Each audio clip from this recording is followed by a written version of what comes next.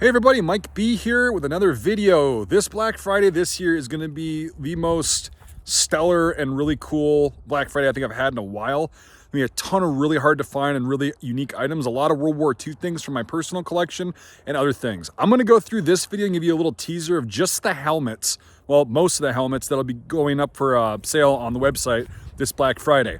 Make sure you're signed up for the mailing list at mikesmilitaria.com. The link is in the description. You'll be the first to know, and you get an exclusive discount code. So I'm going to show you what I've got for these helmets, and then we're going to wrap the video up. All right, so we're going to begin. You guys are going to get nice close-ups of these helmets.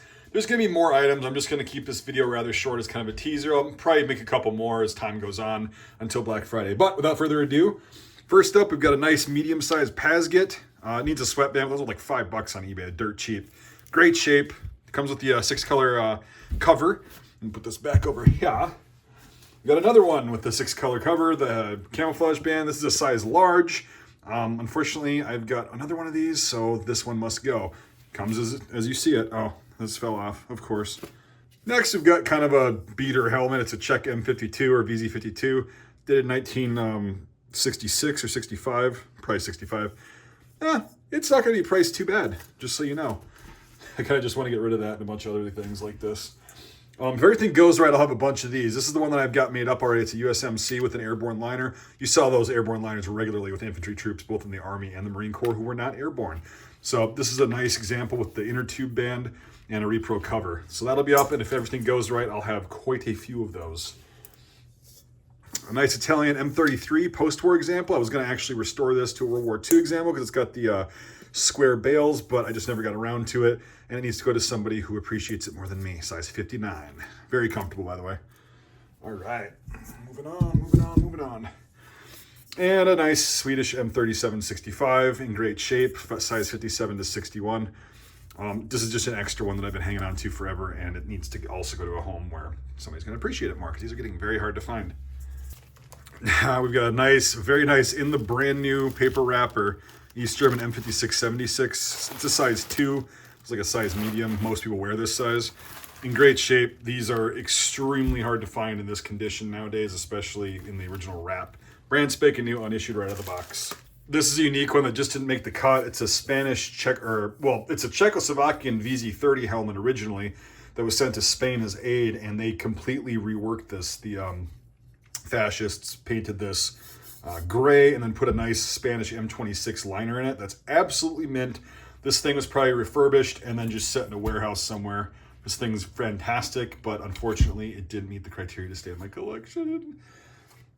You gotta make some space. Told you to be World War II stuff. A nice British Mark II helmet. I want to get one that's actually my size liner. I know the shell's nice and everything, but they'll be around. So this can go to somebody who needs one or wants one. It's about a size, 7 1/8 or size 56, maybe 57. So it's in fantastic shape though, as you can see.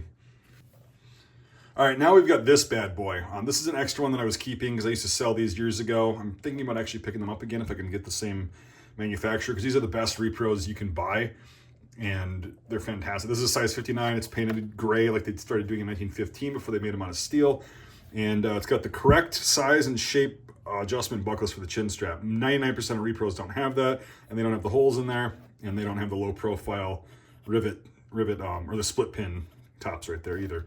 So these are fantastic. This one will be up on the site as well.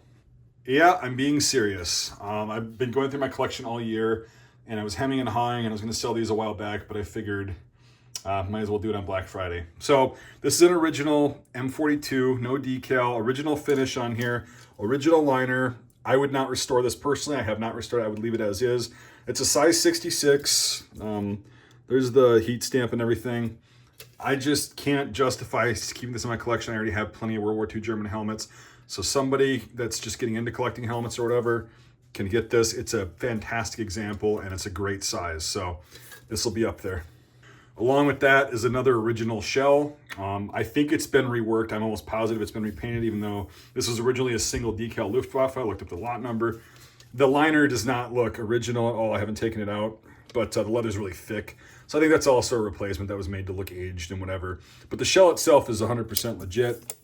It is a, let's see if I can get this to focus. It's an SC66. lot number of 69. That's why I found out it was a single decal Luftwaffe, but somebody decided to put a really bad Army decal on it that I scraped off.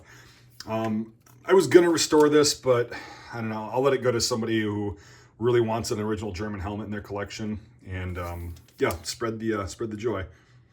Ah, an M1, you say? Why is there such a rough surface on it and shiny surface? Well, this is actually a West German M1 shell. They started using the M1 before they came out with the M62 in the 1950s, and this is actually a West German shell.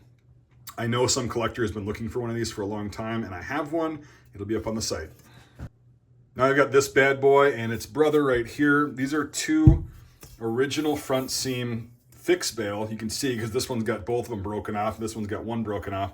That was actually original. You can see a lot of pictures of GIs wearing a helmet with one chin strap or no chin strap, so they just cut them off and the bails would be missing. That's why they went to the later welded on swivel bails.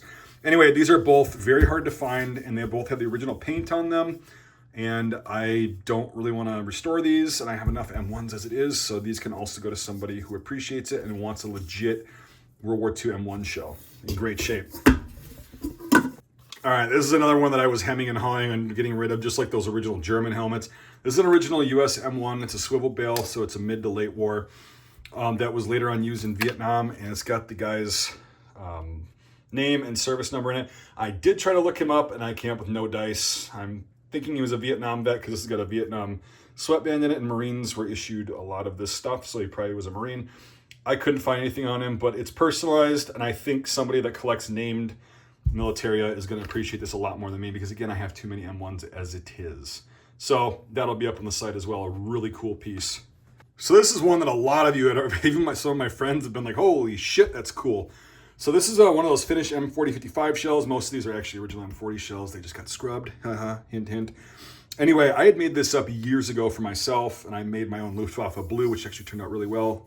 Aluminum oxide paint, and then I put a Luftwaffe decal with a Hitler Youth decal. These are the flak helpers, the Hitler Youth that were on like radar stations and flak guns, especially towards the end of the war. There's a lot of original examples in these configurations. This is a size 64 shell, an okay reproduction liner, size 57.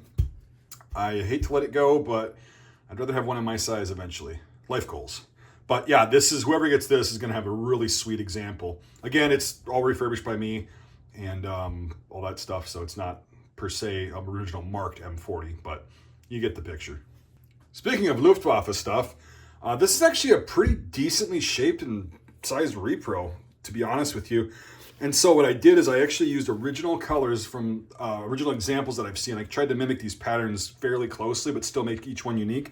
This is like a Crete or Italy or, you know, Mediterranean in general, tropical painted one with this wire on there that they would use to attach foliage and stuff. And a lot of times you don't really see this on like Army helmets per se, or sometimes on SS helmets, but the Luftwaffe, especially the Fallschirmjäger, were very keen on keeping this decal for the pride thing. I don't know, you see a lot of original camouflaged M38 helmets like this that have that, so that's what I mimicked. And this looks like it would during the time period. It hasn't been aged, it hasn't been, you know, sitting in a warehouse or a barn for 80 years. So this is what it would have looked like. So this is great for reenacting or just to have on display. These are really cool, and this looks great, I think. I actually love this wire look on the FJ helmets. And last but not least, so far, we've got this one that's drawn a lot of attention, especially on the YouTube community post. This is another reproduction M38 that I did up in an original Normandy style example that I've seen tons of, where it's got like this blended faded camouflage 3-tone color, and then also retains the decal. I did paint this original Feldgrau Dunkel beforehand, so the paint behind this is completely accurate. It looks fantastic, and I've got the correct chicken wire on here that looks amazing. So it's a liner like that again. I can't wear these because unfortunately my head, none of these reproduction liners go down far enough to have my melon like not look like Frankenstein. So I'd love to keep one of these. Now, if everything goes right, and then I'll end the video, I should have a few more of these bad boys. I'm thinking about doing a couple just regular plain Feldgrau Dunkel textured with double decals, and then a couple more camouflage pieces like this. So I might have a couple more of these on Black Friday. All right, well, we'll wrap this thing up. So there you have it. Let me know what you think in the comments, and hopefully you can get it before somebody else does. We'll see you then.